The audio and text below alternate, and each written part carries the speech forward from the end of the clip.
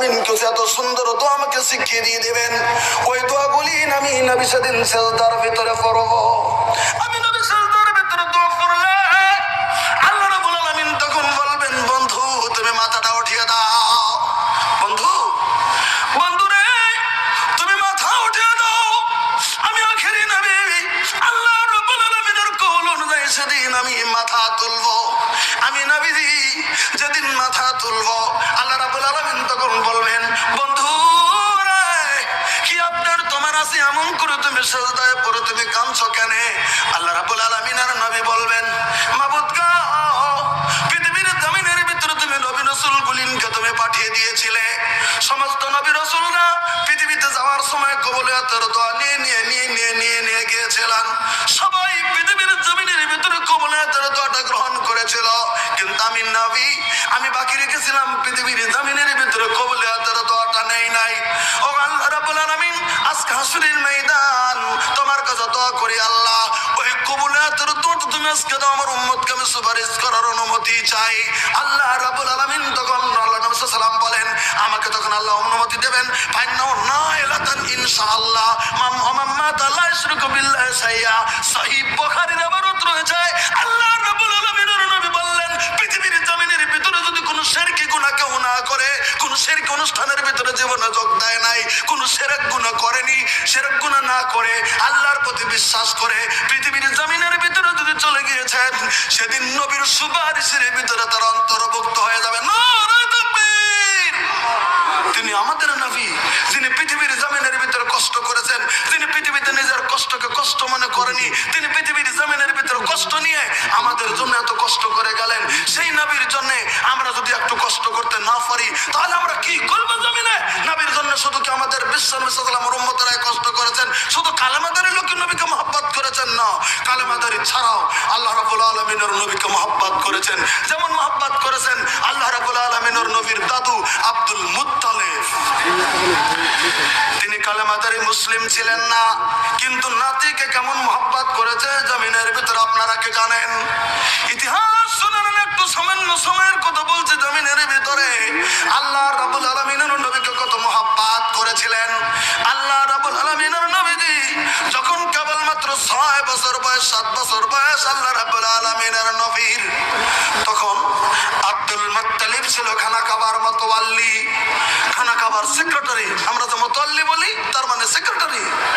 খানা কাবার মতওয়াল্লি, খানা কাবার দায়িত্বের লোক ছিল আব্দুল মুত্তালিব। তখন যেই খানা কাবার মতওয়াল্লি থাকতো, যেই খানা কাবার মতওয়াল্লি থাকতো, সেই থাকতো খানা কাবার হিসাব তার কাছে, আর তার জন্য একটা বিশিষ্ট চেয়ার থাকতো। খানা কাবার ভিতরে মিটিং করলে তিনি ওই চেয়ারে বসতো, তারপরে সব ভাইকে নিয়ে মিটিং করে মিটিং পাস করা হতো। তাহলে আব্দুল মুত্তালিবের জন্য একটা চেয়ার আছে, সপ্তাহে বা 10 দিন 15 দিন পরে একটা করে মিটিং হতো। এরকম করে যখন একটা করে চেয়ার, যে চেয়ারে কেউ বসতো না, কোনো কুরাইশ নেতা নয়, খানা কাবার মুত্তালিব যে থাকবে সেই চেয়ারে বসবে। মিটিং ডাকা হচ্ছে, চেয়ারটা রেডি করে রাখা হচ্ছে আব্দুল মুত্তালিব খানা কাবার মুত্তালির জন্য। আল্লাহ রাব্বুল আলামিনের নবীজির বয়স কেবল 7 বছর বয়স। বাইগা ছোট্ট মুহাম্মদ বীর করে যাইয়া আব্দুল মুত্তালিবের চেয়ারের উপরে বসে পড়েছে। একবার সুবহানাল্লাহ বলেন। 7 বছরের বালক যখন চেয়ারের উপরে বসে পড়েছে, আবু তালিব, আবু লাহাব তখনও তো দুশমন হয়নি। আবু তালিব, আবু লাহাব এসে বলতেছে, ভাতিজা এখান থেকে উঠে দাঁড়া, এটা তোর জন্য নাই রে ভাতিজা, এটা খানা কাবার মুত্তালিব আমাদের আব্বা, আমাদের সবারই আব্বা মুত্তালিব আব্দুল মুত্তালিবের জন্য। এই চেয়ারে তুই বসিস না রে মুহাম্মদ, তুই একটু সরে আমাদের নিকটে তুই বসে যা।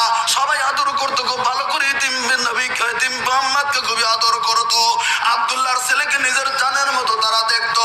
মুহাম্মদ একটু সরে ভাই, এই চেয়ারের ভিতরে তুই বসিস না, এমন কথা বলতে শুরু করে দিয়েছে। আর দূর থেকে আব্দুল মুত্তালিব খানা কাবার মিটিং করার জন্য তখন চলে আসতেছে। দূর থেকে দেখে মুহাম্মদকে চেয়ার থেকে উঠিয়ে তারা বসানোর চেষ্টা করছে। এবার আব্দুল মুত্তালিব বলছে, মুত্তালিব রে, হে আবু লাহাব রে, হে আমার ছেলেরা একটা কথা শুন, একটা কথা শুন, তোরা আমার নাতি, আমার আমার ছেলের ঘরের পোতা ওই আব্দুল মুহাম্মদকে তোরা এই চেয়ারের মধ্যে থেকে সরিয়ে দিস না। আব্দুল মুত্তালিব দূর থেকে বলতেছে, ছেলেরা রে, আমি জানি এই চেয়ারটা আমার, এই চেয়ারটা খানা কাবার মুতাল্লি যে সেই থেকে অন্য মানুষ বসার কোনো পারমিশন নাই। আমি জানি এই চেয়ারটা আমার, আমি বসবো। আমি জানি রে চেয়ারটা আমার, আমি বসবো। কিন্তু তোরা শুনে নিবি ছেলেরা রে, তোরা শুনে নিবি, আমি আব্দুল মুত্তালিব আমার চেয়ারটার ভিতরে পৃথিবীর যদি অন্য কেউ বসে আমি সঙ্গে সঙ্গে তাকে নামিয়ে দিব। আমার চেয়ার অন্য মানুষ কেন বসলে আমার হিংসা জন্ম নেয়। কিন্তু আমার আব্দুল্লাহর ছেলে 7 বছর বয়সের মোহাম্মদ আমার চেয়ারের মধ্যে যে বসেছে রে, আমার কেন যেন দিলের মধ্যে গহি দেয় আমার থেকে বেশি যোগ্য মোহাম্মদ চেয়ারের মধ্যে বসার। তোরা মোহাম্মদকে সরিয়ে দিস না, মোহাম্মদকে তোরা চেয়ার থেকে উঠিয়ে দিস না। আমার দিলের ভিতরে কেন যেন গহি দিচ্ছে এই চেয়ারের মালিক মোহাম্মদ আমার থেকে হকদার বেশি। বলেন সুবহানাল্লাহ। বৃদ্ধ আব্দুল মুত্তালিব 7 বছরের মোহাম্মদকে তার নিজস্ব চেয়ারে বসার জন্য অনুমতি প্রদানটা করছে। আমি নিচে বসবো, তবু মোহাম্মদ চেয়ারের ভিতরে বসে থাক। কত মোহাম্মদ দেখিয়ে দিছে আব্দুল মুত্তালিব তার ওই ছেলের ঘরের ছেলের জন্য পৃথিবীর জমিনের নমুনা দেখিয়ে দিয়েছে। আপনারা কি জানেন, যেদিন আব্দুল মুত্তালিব যখন ইন্তেকালের সময় যখন হয়ে যায় সব ছেলেকে ডাক দিয়েছে, ছেলেরা রে, তখন আল্লাহ রাব্বুল আলামিনের নবীর বয়স কেবল 8 বছর বয়স তখন চলছে। তখন সব ছেলেদেরকে ডাক দিয়েছে, আবু তালেবকে ডাক দিয়েছে, আবু লাহাবকে ডাক দিয়েছে, অন্যান্য ছেলেদেরকে ডাক দিয়েছে।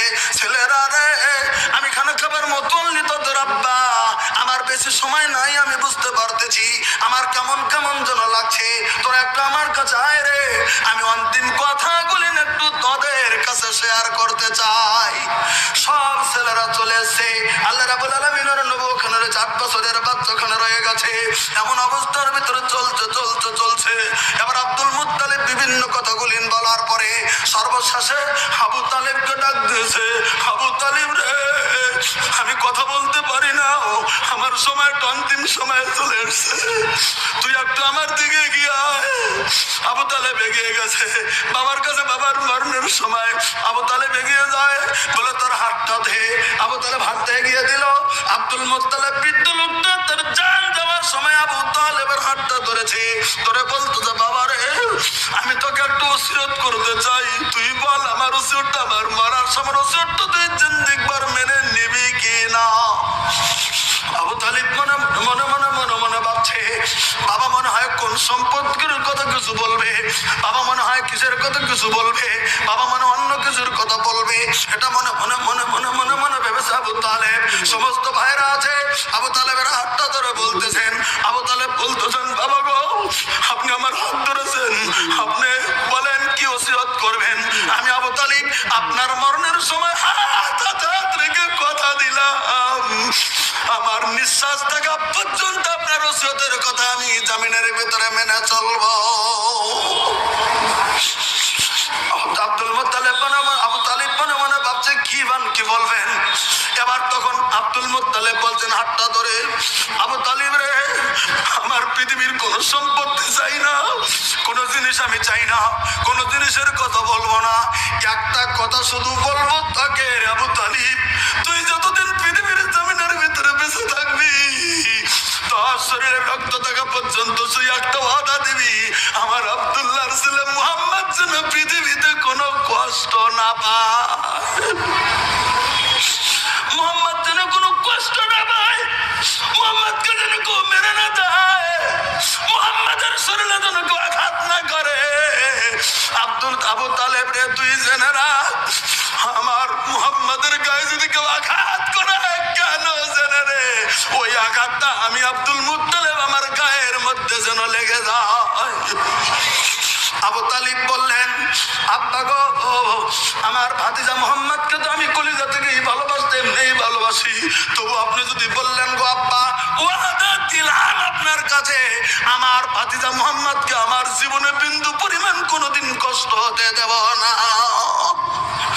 ইতিহাস খুলে যখন পেরিয়ে যাবে, ইতিহাসের পাতায় লেখা রয়েছে, যখন আবু জাহেল আবুল আহাবের দলেরা বিশ্বনবীকে যখন মারতে আসতেন পৃথিবীর জমিনে, লাঠি দিয়ে ফালাতে যখন এগিয়ে আসতো, আল্লাহ রাব্বুল আলামিনের নবীর চাচা আবু তালেব, বৃদ্ধ আবু তালেব সঙ্গে সঙ্গে সম্মুখে যা দাঁড়িয়ে যেত, রে আবু জাহেলের দলেরা, আমিও কালেমা পড়িনি, তোরাও কালেমা পড়িসনি, আমার ভাতিজা কালেমাদারি মুসলমান, ঠিক আছে, তবে আমি বাবার কাছে ওয়াদা দিয়েছি, আর এটা আমারই ভাতিজা, আমার জান থাকা পর্যন্ত মারতে দেব না, আমি আমার মোহাম্মদকে আঁকড়িয়ে ধরলাম, তোরা যদি আঘাত করবি